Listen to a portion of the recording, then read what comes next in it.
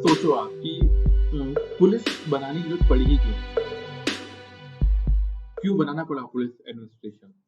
तो बहुत सिंपल सा आंसर है कि कोई भी इंसान हो या फिर कोई भी चीज हम लोग करते हैं तो थोड़ा एक डर होना चाहिए बैक एंड में, नहीं तो इंसान पता नहीं क्या क्या करने लग जाएगा।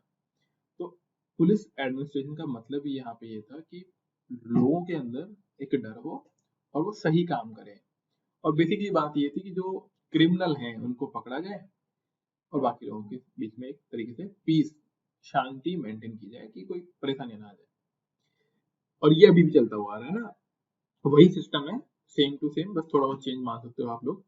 उस टाइम भी चल रही थी पुलिस और आज भी पुलिस एडमिनिस्ट्रेशन है। तो देखिए 1791 Cornwallis organized a regular police force to maintain law and order to and modernize the old Indian system। Modern कर दिया इसने इंडियन सिस्टम को। अब देखो यहाँ मॉडर्न करने का मतलब क्या है, देखो कर्सर दिखेगा आपको है ना, कर्सर पे ध्यान रखिएगा। मैं उसकी बजाय कि लिखने की बजाय कर्सर पे थोड़ा ध्यान रखिएगा। मॉडर्न करने का मतलब क्या होता है कि अभी जो चीजें चल रही है ना उसको थोड़ा इंप्रूव कर देना ही क्या होता है, मॉडर्न करना होता है।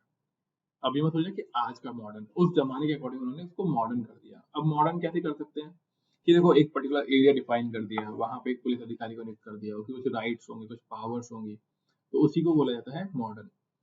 देखिए ही स्टेब्लिश थाना, जो आज के टाइम में थाना है वही थाना, सर्कल जिसे हम लोग बोल सकते हैं, इन अ डिस्ट्रिक्ट अंडर दरोगा। तो ये दरोगा जो पोस्ट चल रही है ना तब से चल रही है, ब्रिटिश सिस्टम से।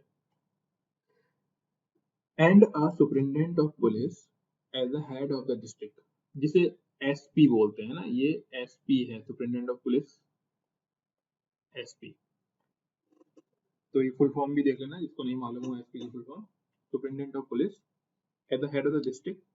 ही रिलीव द जमींदार ऑफ देयर पुलिस ड्यूटीज। अब यहाँ पे देखो क्या हुआ, जो जमींदार लोग थे अभी तक, अब वो जमींदार नहीं रहे। अब जमींदार की जगह पे कौन काम कर रहा है, पुलिस काम कर रही है। ठीक है, तो ध्यान रखिएगा, जमींदारों का प्लेस किसने ले लिया है, पुलिस ने ले लिया है। तो हिंदी में क्या लिख रहे हैं, 1791 कॉर्नवालिस ने कानून और व्यवस्था बनाए रखने और पुरानी भारतीय व्यवस्था को आधुनिक बनाने के लिए एक नियमित पुलिस बल का गठन किया। उन्होंने एक जिले में एक दरोगा, ठीक है, जो भारतीय होगा बेसिकली, और एक जिले के प्रमुख के रूप में पुलिस अधीक्षक के तहत थानों की स्थापना की। उन्होंने जमींदारों को उनके पुलिस कर्तव्यों से मुक्त कर दिया। यानी अभी तक जो डंडे का पावर चला रहे थे जमींदार लोग, अब वो लोग अपनी पावर नहीं चला पाएंगे। अब जो काम करेगी वो कौन करेगी, पुलिस करेगी। अगला है in 1808 Lord Mayo appointed as SP for each division helped by a number of spies, but these spies committed plundering on local people। अब देखो यहाँ पे स्पाई यानी जासूस होते हैं। तो 1808 में लॉर्ड मेयो ने कई जासूसों की मदद से प्रत्येक डिवीजन के लिए एक एसपी नियुक्त किया, यानी पता लगाया कि भाई क्या लोगों के मन में चल रहा है। ठीक है, लेकिन इन जासूसों ने स्थानीय लोगों पर लूटपाट की। कोशिश अच्छी थी कि भाई जासूस होने चाहिए, जैसे आज हमारी कंट्री में जो आईबी है, रॉ है, वही चीज इन्होंने भी डेवलप की थी, लेकिन उन्होंने उल्टा लोगों के साथ ही कर दी, लूटपाट कर दी। ठीक है, अगला है, तो आपको ध्यान रखना, लॉर्ड मेयो का नाम ध्यान रखना, बहुत इंपॉर्टेंट लॉर्ड है ये। इसी के नाम से कॉलेज भी है राजस्थान में, तो ये नाम ध्यान रखिएगा।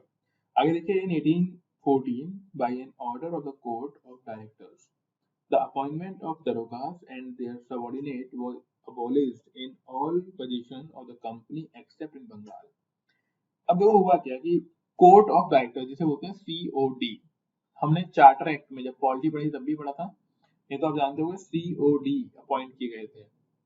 तो याद है कहाँ अपॉइंट किए गए थे कोर्ट ऑफ डायरेक्टर्स?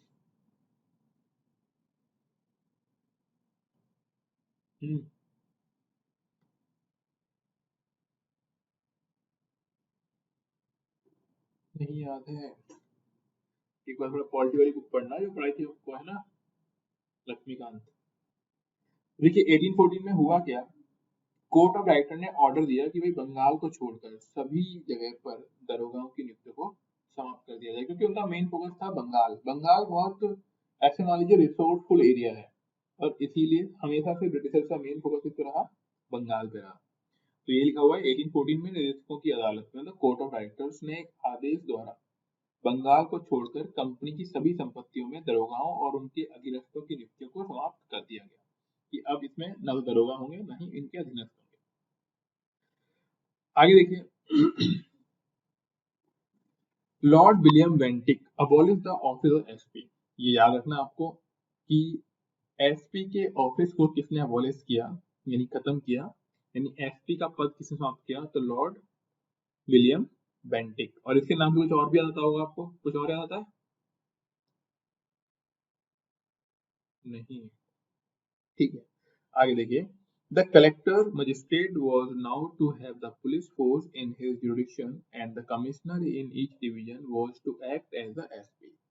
कहने वाली बात यह कि कलेक्टर, जिसे मजिस्ट्रेट बोल रहे होते हैं, उसके पास अब पावर आ गई है और वो अपने जुडिक्शन यानी अधिकार क्षेत्र में, ठीक है, एक एसपी अपॉइंट कर सकता है, या फिर ऐसे मान लीजिए कि एक एसपी की तरह काम कर रहा है। वो कौन काम कर रहा है? डीएम, जिसे हम डिस्ट्रिक्ट मजिस्ट्रेट बोल रहे होते हैं ना, वही पोस्ट जिसके लिए आप तैयारी भी कर रहे हो, वही चाहिए। This arrangement resulted in a badly organized police force, putting a heavy burden on the collector magistrate. Presidencies town were the first to have the duties of the collectors magistrate separated. अब हुआ क्या, collector के ऊपर बहुत सारा burden दे दिया तो management हो नहीं पाएगा ढंग से, और मैनेजमेंट नहीं हो पाएगा तो जो व्यवस्थाएं थी वो गड़बड़ा जाएंगी, तो मतलब वो सिस्टम चल नहीं पाएगा। तो यहाँ पे देखिए, लॉर्ड विलियम बेंटिक ने एसपी के पद को अभी एसपी सपा लिखा हुआ है ना, ये एसपी है, तो एसपी के पद को समाप्त कर दिया। कलेक्टर मजिस्ट्रेट को अपने अधिकार क्षेत्र में पुलिस बल रखना था और प्रत्येक डिवीजन में आयुक्त को एसपी के रूप में कार्य करना था। इस व्यवस्था के परिणाम स्वरूप एक बुरी तरह से संगठित पुलिस बल, यानी कहने वाली बात यह है कि जो पुलिस बल था ना, उसे प्रॉपर मैनेज नहीं कर पाए, कलेक्टर मजिस्ट्रेट पर भारी बोझ डाल दिया गया। प्रेसिडेंसी कस्बों में सबसे पहले कलेक्टर मजिस्ट्रेट के कर्तव्यों को अलग किया गया, यानी यह बोला गया कि भैया डिफाइन कर लेते हैं कि कलेक्टर क्या काम करेगा और मजिस्ट्रेट क्या काम करेगा। जैसे अभी भी हम लोग क्या मानते हैं कि कलेक्टर और मजिस्ट्रेट एक ही होता है, नहीं, लेकिन दोनों के काम क्या है, डिफरेंट डिफरेंट हैं और ये पद भी अलग अलग होते हैं।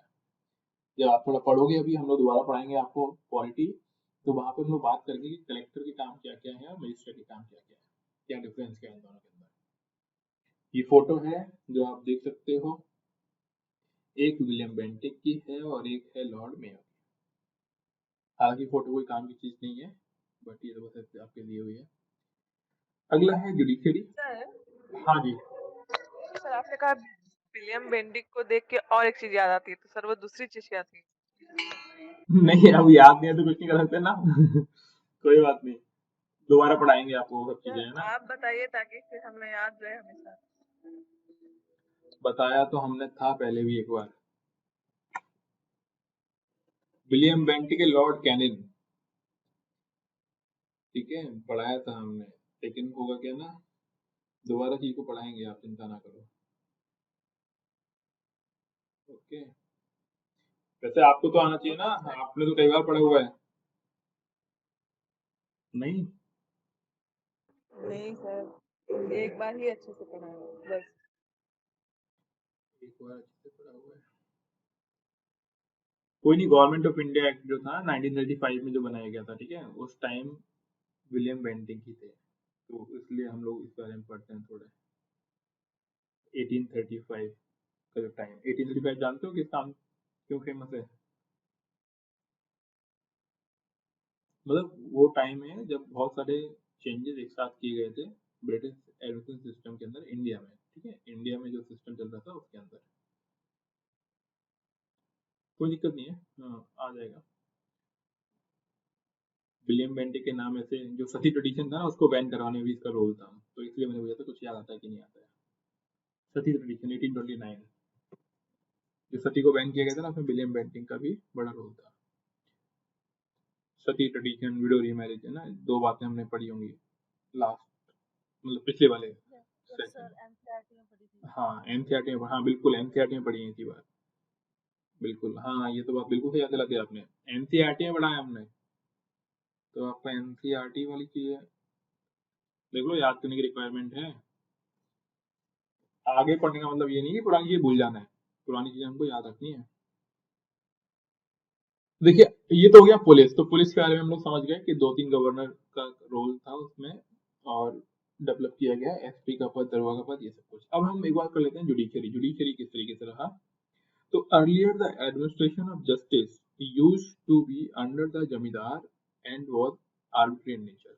मतलब अभी से पहले तक क्या हो रहा था कि जो जमींदार लोग थे ना, वही डिसीजन दिया करते थे, यानी वही लोग जस्टिस भी कर रहे थे, और ये आर्बिट्री था। आर्बिट्री का मीनिंग होता है मनमर्जी, जिस तरीके से मनमर्जी डिसीजन दिया दे दिया। अब इसमें रिफॉर्म किए जाएंगे। रिफॉर्म कैसे होंगे वो समझिए। Reform under Warren Hastings. Warren Hastings ने इसमें रिफॉर्म कर दिया। और वॉरेन हेस्टिंग्स नाम पहले भी सुना है आपने, ठीक है। District Diwani Adalat were established in district to try civil dispute.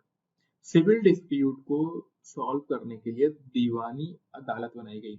Civil dispute का मीनिंग होता है नॉन क्रिमिनल एक्टिविटीज, यहाँ पे मारपीट नहीं होती, उसे बोलते हैं civil disputes. These adalats were placed under the collector and had Hindu law applicable for Hindus and Muslim laws for Muslims. तो अभी भी हमारी कंट्री में क्या है, हिंदू लॉज और मुस्लिम लॉज अलग अलग हैं और दोनों ही अलग अलग लोगों पे इम्प्लीमेंट होते हैं। तो वो ही चीज यहाँ पर भी है कि अदालत डिवाइड की गई और अदालत के साथ साथ लॉ भी अलग अलग बना दिए गए, ठीक है। हिंदू लॉ अलग, मुस्लिम लॉ अलग। The appeal from district Diwani अदालत ले टू द सदर दीवानी अदालत, यानी इसको जो हम लोग इसके ऊपर अगर आपको लेके आना है डिस्प्यूट अपना, मतलब ऐसा तो ना अपील करना है दूसरे को, तो जब अपील करना होगा तो कहाँ जाना पड़ेगा आपको? सदर दीवानी अदालत। एक तरीके से उससे अपर बोलते हैं। आज भी अगर आप जाएंगे कभी, अगर आपने कोर्ट सिस्टम देखा होगा, तो वहां पर आपको ये नाम देखने को मिल जाएंगे। आपको ध्यान ये रखना है कि कौन सा गवर्नर या फिर किसने इसमें रिफॉर्म स्टार्ट किया। तो जुडिशरी के अंदर रिफॉर्म करने वाला इंसान कौन है? वॉरेन हेस्टिंग्स, है ना। जो याद रखने वाली चीज है वो ये है। हिंदी में देखिए। सिविल विवादों के निपटारे के लिए जिलों में जिला दीवानी अदालतें स्थापित की गई। इन अदालतों को कलेक्टर के अधीन रखा गया था और हिंदुओं के लिए हिंदू कानून, मुसलमानों के लिए मुस्लिम कानून लागू किए गए थे। जिला दीवानी अदालतों ने सदर दीवानी अदालत में अपील की, यानी अपर और लोअर। जिसमें अपील की जाती है वो हमेशा क्या होती है? अपर होती है। जैसे अभी के सिस्टम में आप समझिए, सबसे नीचे होता है लोअर कोर्ट, उससे ऊपर होता है high court, and high court के ऊपर होता है जिसे हम लोग बोलते हैं सुप्रीम कोर्ट या फिर अपेक्स कोर्ट, सबसे ऊपर। तो अपीलियन कोर्ट किसे बोलते हैं? अपीलियन कोर्ट बोलते हैं हम लोग सुप्रीम कोर्ट, क्योंकि भाई कहीं पर भी कोई मुद्दा हो, कहाँ पे अपील कर सकते हो आप? सुप्रीम कोर्ट के अंदर, उस जजमेंट के अगेंस्ट। ये पढ़ा था हमने जुडिशरी में, पॉलिटी के टॉपिक के अंदर, मतलब पॉलिटी बुक में जुडिशरी के अंदर। समझ में आ रहा है कुछ?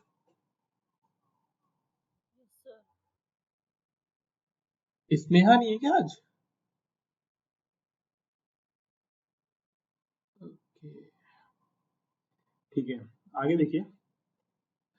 District Faujdari Adalat were setup to try criminal disputes. और फौजदारी का मतलब होता है क्रिमिनल डिस्प्यूट, यहाँ पे मारपीट, लड़ाई झगड़े जैसे डिस्प्यूट होते हैं उसको सॉल्व किया जाता है। तो उसके लिए डिस्ट्रिक्ट अदालत बनाए जा रहे हैं, सिर्फ फौजदारी बोलते हैं हम लोग। Were placed under an Indian officer assisted by the qazi और मुफ्ती। तो अब इसमें होगा क्या, एक इंडियन ऑफिसर होगा और उसमें एक काजी और मुफ्ती भी होगा। कि अभी काजी और मुफ्ती क्यों रखे गए हैं कि अगर मान लीजिए कोई मुस्लिम डिस्प्यूट है पर्सन का, तो मुस्लिम उसके अकॉर्डिंग दिया जाएगा जजमेंट, और हिंदू के लिए तो कॉमन था ही। These adalat were also under general supervision of the collector. और इसके ऊपर भी कौन होगा? कलेक्टर होगा। The approval for capital punishment and for acquisition for property lay to the Sadar Nizamat Adalat at Murshidabad under regulating act 1773। और supreme court was established at Calcutta. ये नाम हमने कई बार सुन लिया होगा कि सुप्रीम कोर्ट कहाँ पे स्टैब्लिश किया गया था? कैलकाटा में सबसे पहले। कौन से एक्ट के तहत? रेगुलेटिंग एक्ट के तहत। यूपीएससी में 2-3 बार ये स्टेटमेंट पूछा जा चुका है।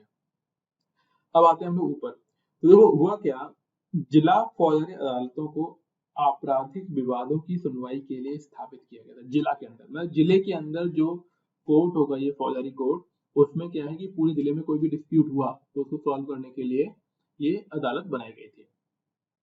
और उन्हें काजियों और मुफ्तियों की सहायता से चलाया जा रहा था। एक भारतीय अधिकारी के अधीन रखा गया। एक भारतीय अधिकारी होगा और काजी और मुफ्ती होंगे। ये अदालतें भी कलेक्टर की सामान्य निगरानी में थी। यानी कहने वाली बात यह है कि इनके ऊपर कौन होगा? कलेक्टर होगा। कैपिटल पनिशमेंट को बोलते हैं मृत्यु दंड। तो ये ध्यान रखिएगा, कैपिटल पनिशमेंट मतलब मृत्यु दंड और संपत्ति के अधिग्रहण, मतलब कोई दूसरी प्रॉपर्टी ले ले या फिर उसका अधिकार आ जाए, उसके लिए अधिग्रहण की मंजूरी मुर्शिदाबाद में सदर निजामत अदालत को मिली।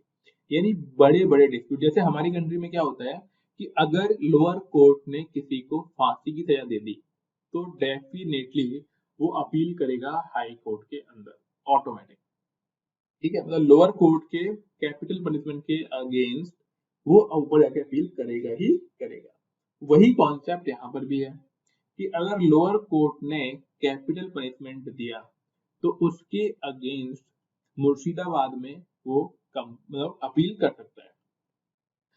1773 के विनियमन अधिनियम के तहत कलकत्ता में सर्वोच्च न्यायालय की स्थापना की गई। तो आपको ये ईयर याद होनी चाहिए, और ये ऑलरेडी हमने कई बार पढ़ ली है कि कलकत्ता में सुप्रीम कोर्ट की स्थापना कब और कैसे की गई थी, है ना।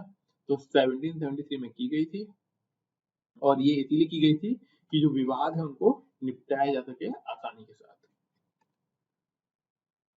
इसमें ये लाइन आपको याद होनी चाहिए, ये जिसमें सुप्रीम कोर्ट की बात की जा रही है। अगला है रिफॉर्म्स अंडर कॉर्नवालिस। कॉर्नवालिस के टाइम में क्या क्या चेंजेस आए, यानी क्या क्या रिफॉर्म किया गया। तो देखिए, द डिस्ट्रिक्ट फौजदारी court were abolished and instead 4 circuit courts were established eight Calcutta, Dhaka, Murshidabad and Patna. कहने वाली बात यह है कि जो अभी तक डिस्ट्रिक्ट फौजदारी कोर्ट बनाए गए थे वो खत्म कर दिए गए, और अब कुल मिला के 4 सर्किट या फिर उसको आप बड़े, है ना, कनेक्ट करने वाले कोर्ट बनाए गए। कहाँ कहाँ कोर्ट बनाए जा रहे हैं? कैलकाटा में, ढाका में, मुर्शिदाबाद में और पटना में। These circuit courts had European judge and were to act as a court of appeal for both civil and criminal cases. अगली चीज इनकी क्या है कि जो सर्किट कोर्ट हैं वहां पे जज यूरोपियन लोग ही होंगे, और ये सिविल एंड क्रिमिनल दोनों केसेस देखते हैं। सिविल एंड क्रिमिनल मतलब लड़ाई झगड़े वाले भी और प्रॉपर्टी के विवाद वाले भी, दोनों तरह के कोर्ट के केसेस को ये कोर्ट देख रहे होंगे। इसीलिए इनको क्या बोला जा रहा है? सर्किट कोर्ट बोल सकते हो आप, या फिर ये नया सिस्टम है जो कॉर्नवालिस लेके आए। सदर निजामत अदालत was shipped to Calcutta and put under Governor General and members of Supreme Council assisted by Chief Kazi and Chief Mufti। तो अब इसमें जो समझने वाली बात यह है कि जो सदर निजामत अदालत थी, सदर निजामत अदालत, जिसे हमने भी थोड़ी देर पहले बोला था कि ये अपील करने वाली अदालत है, जहां पे क्या की जाती है? अपील की जाती है लोअर कोर्ट की अपर कोर्ट में। तो ये अपर कोर्ट थी, इसको शिफ्ट किया गया, ठीक है, कैलकाटा, और गवर्नर जनरल के अंडर में कर दिया गया। यानी गवर्नर जनरल इसको मॉनिटर कर रहा होगा, और साथ ही साथ यहाँ पे एक चीफ काजी, चीफ मुफ्ती भी होंगे। अगेन वही है कि वही मुस्लिम से कोई डिस्प्यूट होगा तो उसमें ये हेल्प कर रहे होंगे। डिस्ट्रिक्ट दीवानी अदालत was now designated as a district city or the Jilla court and placed under a district judge. The collector was relieved from magisterial functions. कहने वाली बात यह है कि जो अभी हमने बात की थी कि कलेक्टर के ऊपर बहुत सारा बर्डन हो रखा था, तो उस बर्डन को कम करने के लिए डिस्ट्रिक्ट सिटी कोर्ट और जिला कोर्ट, इसमें जो मजिस्ट्रेट और डिस्ट्रिक्ट के अंदर जो डीएम, उनके अंदर जो डीएम को पहले हम लोग डिस्ट्रिक्ट मजिस्ट्रेट ही बोल रहे हैं और कलेक्टर भी बोल रहे हैं, उस चीज को अलग कर दिया गया। अब सिर्फ कलेक्टर यानी टैक्स कलेक्ट करने का काम करेगा, वो डिसीजंस यानी जजमेंट नहीं देगा। आप बहुत सिंपल से समझिएगा, कलेक्टर का मतलब होता है टैक्स कलेक्ट करने वाला, गवर्नमेंट के लिए रेवेन्यू इकट्ठा करने वाला इंसान कलेक्टर होता है। मजिस्ट्रेट होता है डिस्प्यूट को सॉल्व करने के लिए डिसीजन देने वाला इंसान, उसे बोलते हैं मजिस्ट्रेट। तो अब यहाँ पे हुआ ये कि कलेक्टर की जो मजिस्ट्रियल पावर थी, डिसीजन देने की पावर थी, वो खत्म कर दी गई। ठीक है, अब इसकी एक बार हिंदी देख लेते हैं, और ये हिंदी डेफिनेटली गूगल से की गई है, तो थोड़ा तो नीचे होता है, देख लीजिएगा आप लोग। जिला फौजदारी न्यायालयों को समाप्त कर दिया गया और इसके बजाय कलकत्ता, ढाका, मुर्शिदाबाद और पटना में 4 सर्किट न्यायालय स्थापित किए गए। इन सर्किट अदालतों में यूरोपीय न्यायाधीश थे और उन्हें दीवानी और आपराधिक दोनों मामलों के लिए अपील की अदालतों के रूप में कार्य करना था। अपील की अदालतों के रूप में कार्य करने का मतलब ये था कि लोअर कोर्ट से कोई डिस्प्यूट हुआ तो वो इस कोर्ट में आके उसके बारे में सुना जाएगा। सदर निजामत अदालत को कलकत्ता में स्थानांतरित कर दिया गया और गवर्नर जनरल और सर्वोच्च परिषद के सदस्यों को प्रमुख काजियों और मुफ्तियों द्वारा सहायता प्रदान की गई। यानी कहने वाली बात यह है कि ऊपर सदर निजामत के जज हो जाएंगे और उनकी हेल्प करने के लिए कौन होंगे? काजी और मुफ्ती। जिला दीवानी अदालत को अब जिला शहर जिला न्यायालय के रूप में नामित किया गया और एक जिला न्यायाधीश के अधीन रखा गया। यानी एक जिला न्यायाधीश होगा। कलेक्टर को मजिस्ट्रियल कार्यों से मुक्त कर दिया गया। यानी कलेक्टर अब मजिस्ट्रेट वाले काम नहीं करेगा। मजिस्ट्रेट के काम क्या थे? जजमेंट देने का। क्या आप लोग समझ पा रहे हैं जो मैं बोल रहा हूँ? हाँ जी,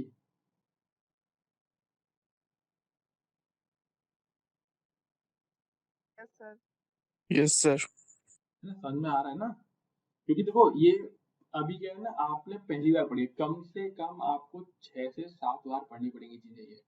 क्योंकि अगर एक बार पढ़कर ही समझ में आ जाता तो बहुत लोग आईएएस बन जाते, उससे काम नहीं चलता। आपको 6 से 7 बार रीडिंग करनी पड़ेगी, तब जाके ये चीजें आपको याद हो रही होंगी या समझ में आ रही होंगी। तो अभी तो बस आप उन चीजों से फेमिलियर हो जाओ जो बोला जा रहा है। अभी तो सिर्फ आप ये देखो कि जो बोला जा रहा है वो हमें टुकड़े टुकड़े में समझ में आया कि नहीं आया। वहां पे कोई कंफ्यूजन है, कुछ समझ में ना आए तो वहां पूछ लीजिए आप, है ना? फिर आप जब बुक से पढ़ोगे, फिर बार बार पढ़ोगे, तब जाके आपको चीजें याद हो रही होंगी। और इतना पक्का मान लीजिए, एक बार में पढ़ने में चीजें याद नहीं होती है। और जो लोग पहली बार ही देख रहे हैं अभी, तो उनके लिए तो बहुत डिफिकल्ट है, तो उनको पढ़ना है और दम लगानी है। ठीक है, आगे देखिए। अगला है, और क्या किया कॉर्नवालिस ने? He introduced Code the Cornwallis, a judicial procedure code. The Cornwallis Code provided for, यानी इसने अपने कुछ रूल बना दिए, और जब भी कोई कुछ रूल बनाता है तो उसे बोलते हैं कोड। और क्योंकि ये बनाया कॉर्नवालिस ने, तो ये कहलाए कॉर्नवालिस कोड। क्या है? पहला, there was a separation of revenue and justice administration. उसने क्या किया? राजस्व, रेवेन्यू यानी राजस्व यानी टैक्स कलेक्ट करना, और जस्टिस जिसे हम बोलते हैं न्याय, दोनों को अलग अलग कर दिया। यानी टैक्स कलेक्ट करने वाला काम कलेक्टर कर रहा होगा और जुडिशियल यानी जस्टिस करने का काम मजिस्ट्रेट कर रहा होगा, जिसे बोलते थे हम लोग सेपरेशन ऑफ वर्क, वो कर दिया गया। किसने किया है? कॉर्नवालिस ने। दूसरा, European subject were also brought under जुडिक्शन। और अब ये बोल दिया गया कि अगर कोई यूरोपीय विषय है, यूरोपीय विषय का मतलब ये होता है कि कोई ऐसी चीज जो यूरोप के अकॉर्डिंग क्राइम मानी जाती है, उनको भी यहाँ पर देखा जाएगा। ठीक है, तो लिखा हुआ है यूरोपीय विषयों को भी अधिकार क्षेत्र में लाया गया। थर्ड है, government subject were answerable to the civil court for actions done in their official capacity. ये बोला गया कि सरकारी विषय अपनी आधिकारिक क्षमता में किए गए कार्यों के लिए दीवानी अदालतों के प्रति जवाबदेह होंगे। यानी किसी ने अगर गवर्नमेंट पोजीशन पर रहते हुए कोई काम किया और बाद में मालूम पड़ा कि मतलब बाद में मालूम पड़ा कि वो तो गलत था, है ना, अकॉर्डिंग टू लॉ नहीं था, तो उसके लिए भी वो कोर्ट में जा सकता है, उससे पूछताछ हो सकती है। अगला है, the principle of sovereignty of law was established. Sovereignty का मीनिंग होता है सबसे ऊपर। यानी ये बोल दिया गया कि सबसे इंपॉर्टेंट है लॉ, रूल, रूल के बाद बाकी चीजों की बात की जाएगी। तो लिखा हुआ है कानून की संप्रभुता का सिद्धांत स्थापित किया गया। यानी सबसे ऊपर क्या है? कानून, है ना? लोग ऊपर नहीं होंगे, कौन ऊपर होगा? सबसे ऊपर कानून। यानी कानून के आधार पर चीजें सही होनी चाहिए, नहीं तो उसको दंड या फिर हम जैसे बोल सकते हैं कि पनिशमेंट मिल सकती है। ओके, आगे देखिए, the gradation of civil code was established. Grade दिया गया है, लोअर ग्रेड अपर ग्रेड, इस तरीके से उसे बोलते हैं ग्रेडेशन ऑफ सिविल कोड। क्या हुआ? पहला, मुंसिफ कोर्ट अंडर इंडियन ऑफिसर्स। तो जो लोअर कोर्ट होता है ना, मुंशी छोटे वाले कोर्ट, उसमें जो इंसान डिसीजन देगा वो इंडियन हो सकता है। तो लिखा गया पहला कि भारतीय अधिकारियों के अधीन मुंसिफ की अदालत की गई, यानी सबसे लोअर कोर्ट होगी, वहां पे जज हिंदू या फिर इंडियन हो सकता है। दूसरा है registrars court under a European जज, और उससे सेकंड लेवल की जो वो कोर्ट होती है उसे बोलते हैं रजिस्ट्रार जज, और रजिस्ट्रार जज के अंदर जो जज होगा वो कौन होगा? यूरोपियन होगा। तो ये लिखा हुआ हिंदी में कि एक यूरोपियन न्यायाधीश के अधीन रजिस्ट्रार की अदालत की गई। तो रजिस्ट्रार आप समझ लीजिए कि यहाँ पे लेखा जोखा रखा जाता है, उसे रजिस्ट्रार बोलते हैं। अगला है डिस्ट्रिक्ट कोर्ट अंडर डिस्ट्रिक्ट जज, और डिस्ट्रिक्ट में, डिस्ट्रिक्ट यानी जिले में एक कोर्ट होगा और उसमें डिस्ट्रिक्ट जज होगा। Four circuit court as provincial court of appeal, और 4 जो सर्किट कोर्ट बनाए गए थे, ठीक है, वहां पे अपील किया जाती है किसी भी लोअर कोर्ट के मामले के अगेंस्ट, कि लोअर कोर्ट को डिसीजन दिया, संतुष्ट नहीं है तो ऊपर जाके अपील कर सकते हैं। अगला है सदर दीवानी अदालत एट कैलकाटा, और एक सदर दीवानी अदालत स्थापित की गई है कैलकाटा के अंदर। King in Calcutta for appeal of £5,000 and above. ठीक है, अब इसमें ये बोला जा रहा है कि अगर किसी में £5,000 से ज्यादा का कोई डिस्प्यूट है, ठीक है, तो वहां पे किंग की अदालत होगी, मतलब किंग भी वहां पे इंटरफेयर कर सकता है। तो £5,000 बड़ी चीज होती थी उस जमाने में, उसके लिए बोला जा रहा है। पाउंड कहाँ की करेंसी अभी, किसी को आइडिया है?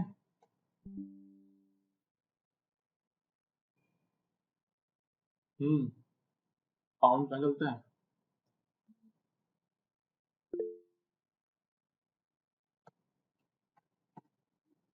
लिखी हुई है किसी? इंग्लैंड में, हाँ, यूके। ठीक है, यूके बेसिकली कंट्री का नाम है, यूनाइटेड किंगडम। ठीक है, अगला है रिफॉर्म अंडर विलियम बेंटिक। अब ये ध्यान रखना, ये जुडिशरी में रिफॉर्म की बात कर रहे हैं। ठीक है, जुडिशरी में क्या रिफॉर्म किए गए? विलियम बेंटिक के थ्रू, और इस पर क्वेश्चन आ सकता है। तो देखिए, the four circuit courts were abolished and their functions were transferred to collectors under the supervision of the commissioner of revenue and circuit। तो अगेन जो फोर सर्किट कोर्ट थे वो खत्म कर दिए गए। कब, किसके टाइम में? विलियम बेंटिक के टाइम में। और ये पावर दोबारा किसको मिल रही है? कलेक्टर्स को मिल रही है, और जहाँ पे कमिश्नर होगा जिसकी देखरेख में सारा का सारा काम हो रहा होगा। सदर दीवानी अदालत and Sadar Nizamat Adalat were set up at Allahabad for the convenience of the people of the upper provinces. ये मान लो कि जो बड़े बड़े एरिया थे, जो यहाँ पे जो अपने को सुपीरियर मानते थे, उनके लिए अलग से एक अदालत बनाई गई जिसे सदर दीवानी और सदर निजामत बोलते हैं। ये एक तरीके से अपर कैटेगरी की कोर्ट है। Till now Persian was the official language in court. Now the suit suit बोलते हैं इसको, शूटर, शूटर यानी जो दूसरे को केस करता है उसे बोलते हैं suitor, has the option to use Persian और वर्नाकुलर लैंग्वेज। यानी कहने वाली बात यह है कि तब से लेके अभी तक वहां पे पारसी में, यानी उर्दू है ना, पारसी नहीं, फारसी, फारसी में, ठीक है, बात की जाती है। इसके अलावा आप लोकल लैंग्वेज भी चूज कर सकते हो, यानी ये इंग्लिश यूज नहीं कर रहे, कहने वाली बात यह है। ठीक है, while in supreme court the English language replace Persian, लेकिन सुप्रीम कोर्ट के अंदर कौन सी लैंग्वेज बोली जाएगी? इंग्लिश, और आज भी यही है। In 1833, a law commission was set up under Macaulay. Lord Macaulay का नाम बड़ा फेमस हुआ था यूपीएससी के अंदर भी, कि इन्होंने ही इंग्लिश की एक तरीके से इंडिया में फाउंडेशन मान लीजिए, या फिर एजुकेशन सिस्टम को इंग्लिश किया था लॉर्ड मैकाले ने।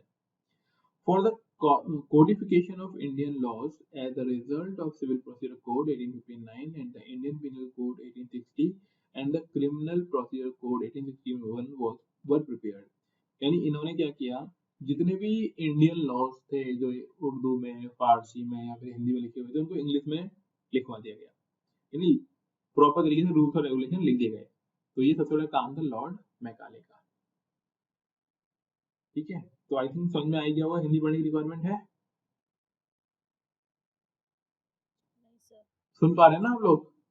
तो हिंदी से आपको एक फील गुड फील होगा। फील गुड का मतलब ये होगा कि ऊपर इंग्लिश है, उसकी यहाँ पे मीनिंग समझ नहीं आया, वहीं पे नीचे हिंदी पढ़ लो। ठीक है, तो ये हो गया। अगला देखो सिविल सर्विसेज। तो ये वही सिविल सर्विसेज जिसकी तैयारी आप आज कर रहे हो, और आज आपको मालूम पड़ेगा ये कितना पुराना है, कहाँ से स्टार्ट हुआ सिविल सर्विसेज का काम। देखिए, the word civil services for the first time appeared in the record from 1757। यानी पहली बार सिविल सर्विस के बारे में हमें मालूम पड़ता है 1757 से। 1757 ईयर से क्या याद आया आपको? 1757 ईयर से battle of Plassey, very good. अब जब आप इन चीजों को बार बार पढ़ लेंगे तो ऐसे ही आपको हर एक चीज पर कोई ना कोई पुरानी चीजें याद आएंगी, और जब ये याद आने लग जाए तो समझ लो कि वो चीजें हमको याद है, और जब याद नहीं आए तो समझ लो अभी और पढ़ने की रिक्वायरमेंट है। ठीक है, तो बैटल ऑफ प्लासी हुआ है। The office of the district collector was created for the first time in 1771 by Lord Warren Hastings. पहली बार डिस्ट्रिक्ट कलेक्टर का एक तरीके से पद बनाया गया या ऑफिस बनाया गया ना, ऑफिस मतलब पद से ही होता है मतलब उसका, और 1771 में लॉर्ड वॉरेन हेस्टिंग्स जो है वो यहाँ पे डिस्ट्रिक्ट कलेक्टर बनेंगे। However, it was Lord Cornwallis who is regarded as the founding father of modern Indian civil services. अब ये ध्यान रखना कि मॉडर्न इंडियन सिविल सर्विसेज के फाउंडिंग फादर कौन है? Lord Cornwallis. ठीक है, जबकि ये रिफॉर्म किस डीएम कौन बना है? पहला डिस्ट्रिक्ट कलेक्टर कौन बना है? डीसी। ये बना है वॉरेन हेस्टिंग्स। तो यहाँ पे ये चीज हमको ध्यान रखनी है कि पहला डिस्ट्रिक्ट कलेक्टर तो बना वॉरेन हेस्टिंग्स, लेकिन मॉडर्न इंडियन सिविल सर्विसेज का फाउंडर या फिर फाउंडिंग पर्सन हम किसको बोलते हैं? लॉर्ड कॉर्नवालिस को। He created police services, judicial services and revenue services. तो अभी हमने पढ़ा ही था, है ना, पुलिस सर्विसेज बनाने वाला तो यही बंदा है। ठीक है, इसके अलावा formulated the code of conduct for civil servants and laid down the procedure for their promotion. यानी इसने बता दिया कि क्या क्या पावर्स होगी उन लोगों के पास, कैसे उनका प्रमोशन होगा, कैसे उनकी पोस्ट रहेगी, वो सब बात है। Indians were barred from high post from the very beginning. The reason for the exclusion of Indians were, और ये आपको मालूम ही होगा कि इंडियंस को कभी भी बहुत ऊंची वाली पोस्ट नहीं दी जाती थी, यानी सुपीरियर पोस्ट इंडियंस को नहीं मिलती थी।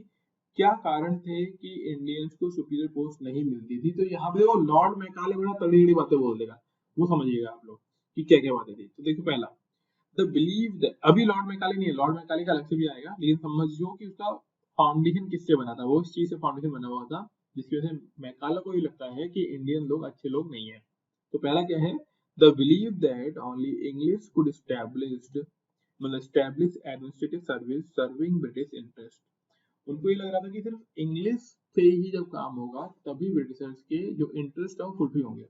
अगर इंग्लिश यूज नहीं की जाएगी तो ब्रिटिशर्स के जो इंटरेस्ट है वो फुलफिल नहीं हो पाएंगे। They believed that Indians were incapable, untrustworthy, and insensitive to British interest. और उनको लगा था ब्रिटिशर्स को कि जो इंडियंस है वो कैपेबल नहीं है, भरोसे के लायक नहीं है, और वो ब्रिटिशर्स के इंटरेस्ट के यानी फायदे के लिए सेंसिटिव भी नहीं है। His competition, high competition among Europeans themselves for lucrative posts was there, so they didn't offer them to Indians. अब ये बात सिंपल सी ऐसे समझ लो कि जब ब्रिटिशर्स ही चाह रहे हैं कि हम ही सुपीरियर पोस्ट पे चले जाएं, तो जब खुद ही जो सोच रहे होंगे तो इंडियंस को मौका ही क्यों देंगे? तो इसीलिए इंडियंस को यहाँ पे मौका मिल ही नहीं पाएगा। मोस्टली सुपीरियर पोस्ट पे कौन देखने को मिलेगा आपको? ब्रिटिशर्स ही देखने को मिलेगा। तो ये सिविल सर्विसेज है, तो 1757 से स्टार्ट होता है। ओके, आगे देखो। In 1800, Lord Wellesley founded Fort William College. Again, UPSC में आया हुआ क्वेश्चन, यही स्टेटमेंट है हुआ था यूं कहीं हो। ठीक है, तो 1800 में लॉर्ड वेलेस्ली ने फोर्ट विलियम कॉलेज को स्टैब्लिश किया to train civil servants.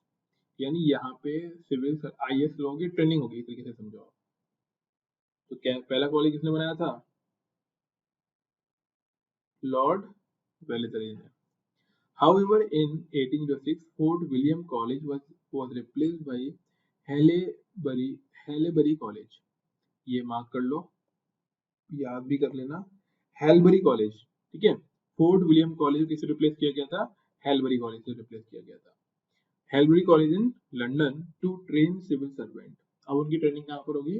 London में होगी। The 1813 Charter Act, the Office of Civil Servants as a civil service with an annual salary of £500।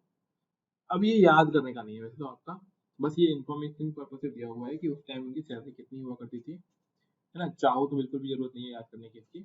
अगला है Lord William Bentinck restored and revived the magisterial powers of district collector which were diverted by Lord Cornwallis, इसको खत्म कर दिया गया था Lord Cornwallis के थ्रू, उसको विलियम बेंटिक ने दोबारा से रिस्टोर कर दिया, ठीक है, कि मैजिस्ट्रियल पावर भी डीसी और डिस्ट्रिक्ट कलेक्टर के पास होंगी। अभी थोड़ी देर पहले ने पढ़ा था ना, सेपरेट कर दिया गया था, मैजिस्ट्रियल पावर खत्म कर दी गई थी, वही चीज। The Charter Act of 1853 ended the company's patronage and provided for open competition in recruitment। अब बोला ये गया, ये याद रखिएगा कि पहली बार सभी के लिए जो आईएएस का एग्जाम था वो ओपन कब हुआ? 1853 के एक्ट के थ्रू। इसमें ये बोले कि अब सिर्फ कंपनी यानी ईस्ट इंडिया कंपनी के लोग ही इस पद पर नहीं रहेंगे, अब ये ओपन कंपटीशन है, जो भी चाहे कंपटीशन दे और उसको पास करके वो गवर्नर या फिर वो कलेक्टर बन सकता है, ठीक है। कब हुआ? पहले 1853 में। सोचो अगर ये नहीं आता ना तो आज भी हम लोग पेपर दे नहीं पा रहे होते, कुछ ही लोग होते हैं पेपर दे रहे होते, लेकिन अब कर दिया कि भाई पेपर है, पेपर दो, पास करो, जो पास हो जाएगा वो बनेगा। आगे है although the theoretically it was made open but the relevant provisions were never really implemented until 1858। अभी बोले कि भले ही बोल दिया गया लेकिन वास्तव में इसको कभी लागू नहीं किया गया। लागू कब हो रहा है? 1858। और 1858 से क्या याद आता है आप लोगों को? 1858 से क्या आता है?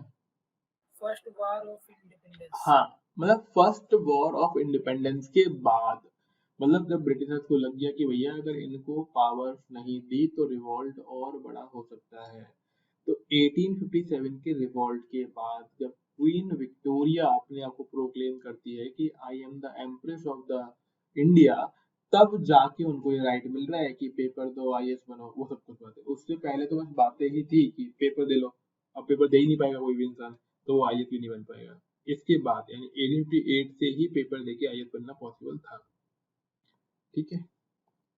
आगे देखिए, अब हम बात कर लेते हैं कि भाई जो ईस्ट इंडिया कंपनी थी वो अर्निंग कैसे कर रही थी। तो कुछ तो हमें सीधा सीधा समझ में आ ही रहा है कि वो गुड्स लेके जाते थे, फिनिशिंग गुड लेके आते थे और वो मनी अर्न कर रहे थे। लेकिन इसके अलावा और क्या क्या सोर्सेस थे वो देखेंगे हम लोग यहाँ पे। Land revenue was a major source of revenue for the state. Land revenue यानी लगान, जिसे हम लोग बोलते हैं राजस्व पर का, मतलब जमीन पर टैक्स, ठीक है।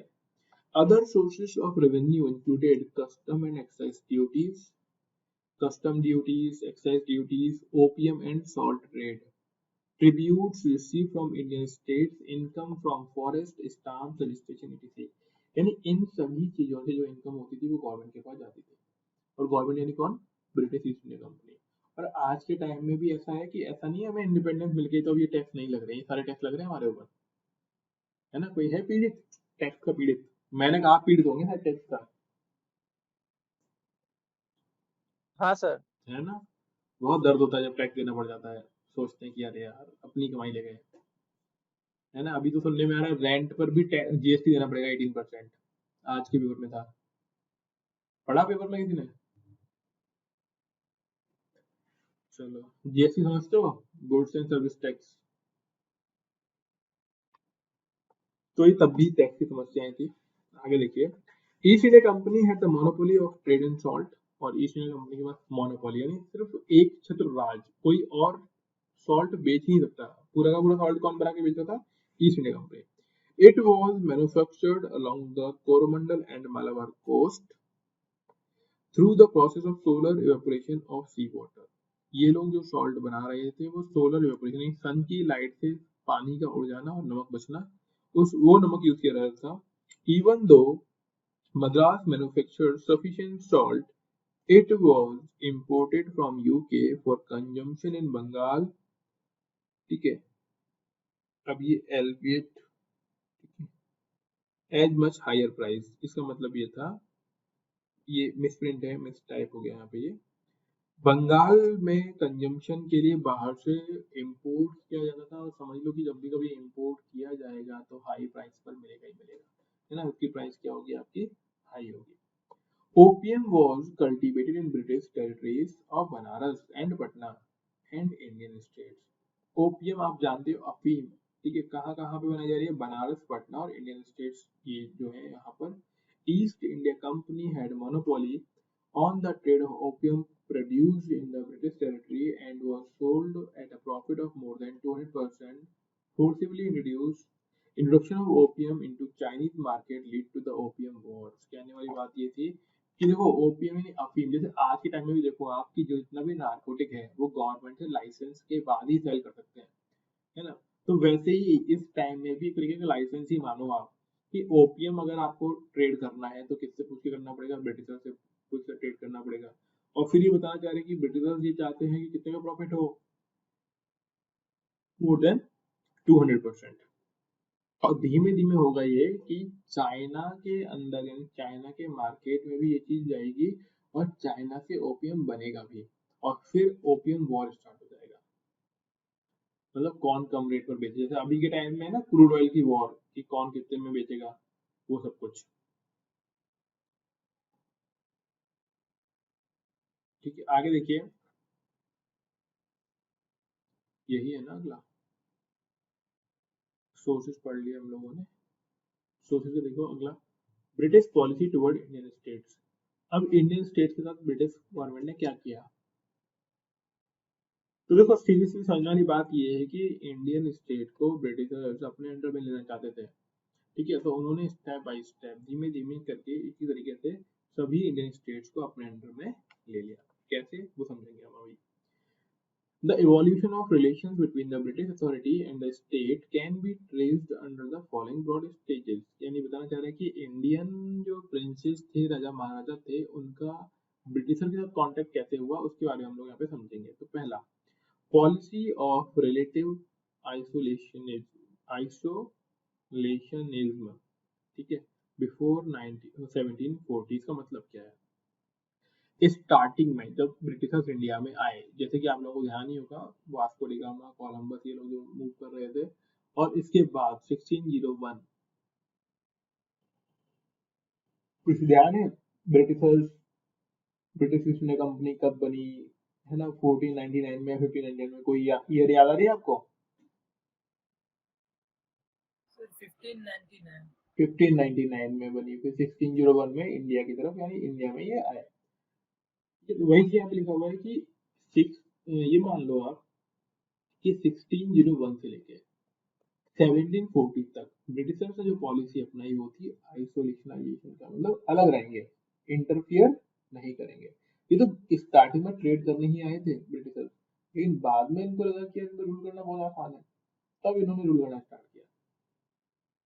तो देखिए यहाँ पे, British were a more commercial and enterprising company, thus initially when they did not have consolidated their position, they had to maintain the policy of isolationism. Commercial interests of British compelled them to often dependent upon the native princes. Also, the British were cautioned to the fact that they were alien in the soil of India, and hence any aggressive policy would mean devastation. यानी कहने वाली बात यह है कि Britishers ये बात समझते थे कि हम लोग यहाँ के लिए बाहरी हैं, एलियन का मतलब ऐसा नहीं कि वो ऊपर से आया हुआ इंसान है, बाहरी है, इसीलिए हमें अगर इनके साथ तो कोऑर्डिनेशन बना के रखना है तो चीजों को थोड़ा सा लीनियंट रखना पड़ेगा, है ना, पॉलिसी थोड़ी नॉन अग्रेसिव होनी चाहिए, ज्यादा अग्रेसिव नहीं होनी चाहिए। लिखा हुआ है ब्रिटिश एक अधिक व्यावसायिक और उद्यमी कंपनी थे, इसीलिए शुरू में जब उन्होंने अपनी स्थिति को मजबूत नहीं किया था तो उन्होंने अलगाववाद यानी अलग रहना, फाइट वाले पंगे में नहीं फंसना, ये नीति पॉलिसी अपनाई थी उन्होंने। अंग्रेजों के व्यावसायिक हितों ने उन्हें अक्सर देसी राजकुमारों पर निर्भर रहने के लिए मजबूर किया। यदि अब उनको क्या चाहिए, वही मनी चाहिए, गोल्ड चाहिए, तो इसलिए वो किस पर डिपेंडेंट है, इंडियन प्रिंसेस पर डिपेंडेंट है। साथ ही अंग्रेज इस तथ्य के प्रति सतर्क थे कि वे भारत की धरती पर विदेशी थे और इसीलिए किसी भी आक्रामक नीति का मतलब तबाही होगा। इसका मतलब यह है कि अगर कोई बड़ा रूल रेगुलेशन बना दिया तो डेफिनेटली पब्लिक नहीं मानेगी, और अभी जितना कंट्रोल कर पाए हैं इंडिया के ऊपर वो भी कंट्रोल कर सकता है, खतरे में पड़ सकता है। इस बारे में यहाँ पे बोला गया। ठीक है, आगे देखिए, पहला हो गया। तो दूसरा क्या है, east India companies struggle for equality with Indian states from a position of subordinate. अब यहाँ पे हो क्या रहा है कि ये चाह रहे हैं कि बराबर का दर्जा मिल जाए, इंडियन स्टेट के बराबर का दर्जा किसको मिल जाए, ब्रिटिशर्स को, और भारतीय ब्रिटिश को क्या मान रहे हैं, सबऑर्डिनेट मान रहे हैं। तो यहाँ पे देखो एक डुप्ले आएगा, डुप्ले फ्रांसीसी गवर्नर है, ठीक है, उसके टाइम में मौका मिलेगा और इसकी थोड़ी चीजें चेंज होंगी। तो देखिए क्या है, starting with Anglo French rivalry यानी लड़ाई, राइवलरी, ठीक है, राइवलरी मतलब बोल देना है ना, rivalry with the coming of Dupleix. अब देखो डुप्ले की स्पेलिंग ध्यान रखना, डुप्लेक्स लिखते हैं DUPL, ठीक है, ये डुप्ले की स्पेलिंग को ध्यान रखना आप लोग कि डुप्ले की स्पेलिंग क्या है। ये थोड़ा सा आगे बढ़ गया, ये जगह दोबारा से DUPLEIX, ठीक है ना। In 1751, the East India Company asserted political identity with capture of Arcot. With the Battle of Plassey in 1757, the East India Company acquired the political power next only to the Bengal Nawab in 1765 with the acquisition of Diwani rights of Bengal, Bihar and Odisha. The East India Company became a significant political power. इसको समझ लीजिए कि 1751 में Dupleix के आने के साथ अंग्रेजों में और फ्रांसीसियों में आपस में फाइट स्टार्ट हो गई। ईस्ट इंडिया कंपनी ने आरकोट पर कब्जा करने के साथ साथ राजनीतिक पहचान पर जोर दिया, यानी उन्होंने एक एरिया कवर कर लिया और अपनी अपनी वैल्यू बढ़ा रहे हैं। 1757 में प्लासी की लड़ाई के साथ ईस्ट इंडिया कंपनी ने बंगाल के नवाबों के बाद राजनीतिक सत्ता हासिल कर ली थी, यानी वो बंगाल के नवाब खत्म, उनके पावर आ गई थी। 1765 में बंगाल, बिहार और उड़ीसा के दीवानी अधिकारों के अधिग्रहण के साथ ईस्ट इंडिया कंपनी एक महत्वपूर्ण राजनीतिक शक्ति बन गई थी। यानी जैसे ही बंगाल, बिहार और उड़ीसा का इनके पास पावर आया, मोनोपोली मिली, वैसे ही ये एक बड़ी पॉलिटिकल पावर बन जाएंगे। और हम लोग पढ़ते भी हैं कि बैटल ऑफ प्लासी के बंगाल, बिहार, उड़ीसा की दीवानी मिल गई थी, और जैसी दीवानी मिल गई थी उनके पास पावर, टैक्स कलेक्ट करने की पावर मिल गई थी, तो वैसे ही इनकी पावर में क्या हो गया, इजाफा हो गया था। ठीक है, समझ में आ रही है जहां तक बात। आगे देखिए, अगला है policy of ring fence. Policy of ring fence का मीनिंग क्या होता है कि अपने चारों तरफ बाढ़ बना लेना। बाढ़ बना लेने का मतलब ये है कि कभी भी कोई भी डायरेक्टली ब्रिटिशर से फाइट करे ही ना। उन्होंने अपने साइड बाई साइड क्या बना ली, कुछ और दूसरे ऐसे स्टेट बना लिए जो उनकी अपने आप ही सेफ्टी करते रहेंगे, तो इसे बोला गया policy of ring fence. Ring fence का मतलब बाढ़, चारों तरफ क्या बना लिया उन्होंने, अपने एक बाउंड्री बना लिया। देखिए, in the north constant threat of Marathas remained, and in south Hyder Ali became a scourge to British imperialism। यानी कहने वाली बात यह है कि भाई बात किया तो नॉर्थ में मराठा और साउथ में हैदर अली हमेशा खतरे की घंटी बने हुए खड़े हुए थे इनके लिए। A new policy was required to tackle this situation, as a resulting ring fencing policy was introduced। और ब्रिटिशर्स को अभी समस्या तो इनके सामने है, अब इनको चाहिए क्या कि इस समस्या का निपटारा कैसे किया जाए। अब देखो ऐसा तो है नहीं कि हैदर अली का जो मराठा कर्नाटक वाला एरिया है, कर्नाटक वाले एरिया को हटा देंगे या फिर मराठा वाले एरिया को हटा देंगे, एरिया वही रहने हैं। तो कुछ नई टेक्निक यूज करनी पड़ेगी जिससे कि वो डर कम हो जाए। तो इस डर को कम करने के लिए क्या ले आया गया, रिंग फेंसिंग, यानी अपने चारों तरफ अपने ही जैसे कुछ लोगों की ग्रुप बना दो। This policy was reflected in Warren Hastings' war against the Marathas and the Mysore, and aimed at creating buffer zone state to defend। Buffer zone का मतलब क्या होता है, जो डायरेक्ट फाइट में इन्वॉल्व ना हो, उसे बोलते हैं buffer zone. The company's frontier and protect them direct onslaught of the enemy। Secondly, from these state British would operate against enemies। तो अब हुआ क्या, ये वो स्टेट थे जो इनकी सेफ्टी करते थे डायरेक्ट अटैक से, कि मान लो किसी इंडियन स्टेट ने अटैक किया तो बीच में सेफ्टी करेंगे, लेकिन जब ब्रिटिशर अटैक करेंगे तो इनकी हेल्प करवाएंगे वो अटैक करवाने में। उन्हें बोला गया है बफर स्टेट बोला गया है। This was put into practice in Anglo-Mysore War when Hyderabad was used as a buffer state. Similarly, the Awadh and Rohilkhand were used as a buffer state against Marathas. तो यहाँ पे दिया हुआ है कि भाई एंग्लो मैसूर वॉर के अंदर हैदराबाद को एक तरीके से बफर स्टेट यूज किया गया था। बफर स्टेट का मतलब ये था जब इनको जरूरत है तभी लड़ाई लड़ेगा, अदरवाइज नहीं। सिमिलरली अवध और रोहिलखंड जो एरिया थे वो भी अवध और रोहिलखंड मराठाओं के लिए उस टाइम में ये क्या बन रहे हैं, बफर स्टेट बन रहे हैं। बेलेजलीज पॉलिसी ऑफ सब्सिडरी अलायंस, याद रख लीजिएगा, यूपीएससी मेंस प्रीलिम्स कई बार पूछा गया है। सब्सिडरी अलायंस की पॉलिसी कितने लोगों को मालूम है क्या होता है? सब्सिडरी अलायंस की पॉलिसी इंडियंस लोग आर्मी अपना बना के नहीं रख सकते थे और वो सब्सिडरी, हाँ, ब्रिटिशर्स की आर्मी रहेगी इंडियन रूलर्स की सेफ्टी के लिए, ठीक है, ऐसे बोलते हैं सब्सिडरी अलायंस। और ये कौन लेके आया था? Wellesley was an extension of ring fence policy, और ये ring fence policy का ही extension है, मतलब उसका ही बड़ा हुआ रूप है।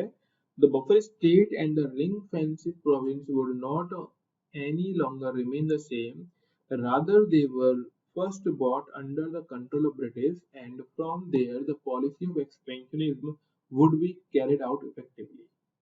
ठीक है, अब देखो यहाँ पे कि होगा क्या कि इसमें जो बफर स्टेट्स थी इन्होंने क्या किया, एक्सपेंशन की पॉलिसी जो थी ब्रिटिशर्स की उसको इम्प्रूव किया और इनको बचाया बाकी राज्यों से या फिर बाकी कंट्रियों के साथ, बाकी स्टेटों के साथ फाइट होने से।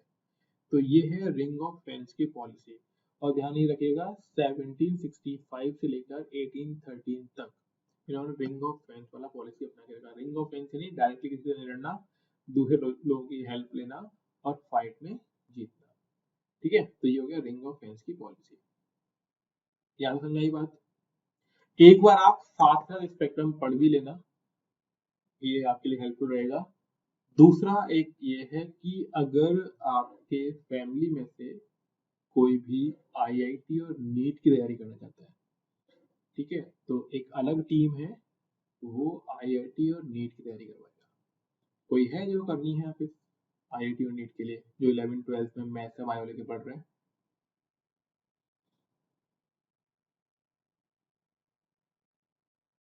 हाँ जी, मेरी वॉइस आ रही है?